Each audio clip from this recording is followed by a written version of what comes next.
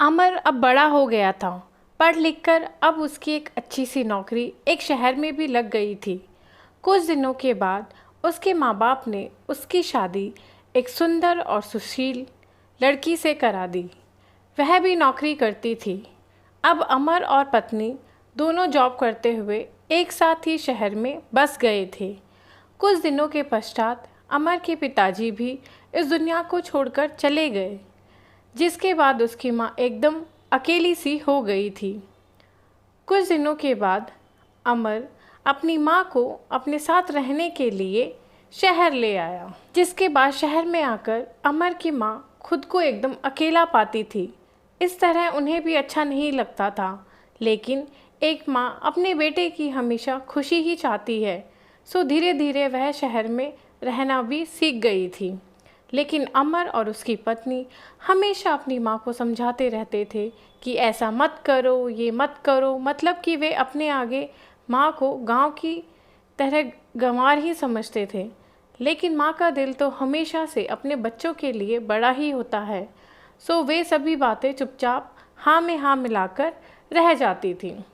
एक दिन की बात है, सुबह अमर की पत्नी को ऑफिस जल्दी जाना था, सो वह सब कुछ जल्दी से तैयार करके अमर का खाना पैक करके ऑफिस चली गई। फिर इसके बाद अमर भी जल्दी जल्दी तैयार होकर ऑफिस निकल गया था।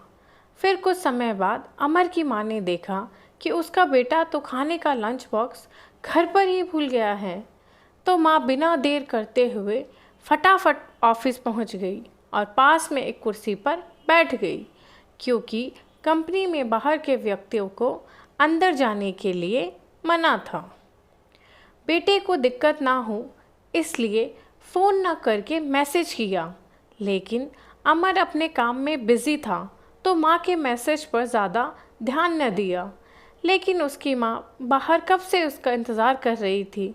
इस तरह कई घंटे बीत गए और इस बीच कई मैसेज भी किए, लेकिन अमर का कोई उत्तर नहीं आ रहा था। इस तरह अमर की माँ को चिंता होने लगी थी। लेकिन अमर अपनी माँ के कई मैसेज आने के बाद भी अंदर ही अंदर खूब गुस्सा होने लगा। आज तो उसने तय कर लिया था कि आज घर जाकर माँ को खूब अच्छी तरह से समझा देगा कि यह उसका गांव नहीं है जो कुछ भी मनमानी करती रहेगी। और इस तरह शाम हो गई। अब अमर घर जाने के लिए कंपनी के बाहर निकला तो देखा तो उसकी माँ यहीं खड़ी थी, जिसे देखकर उसका गुस्सा अब 7वें आसमान पर था। बिना कुछ पूछे ही अपनी माँ को डांट फटकारने लगा कि पहले घर में खाली बैठे बैठे मैसेज से परेशान करती रहती है और अब तो उसकी कंपनी में भी आ गई है। आखिर उनका यह गांव नहीं है जो मनमानी करती रहेंगी।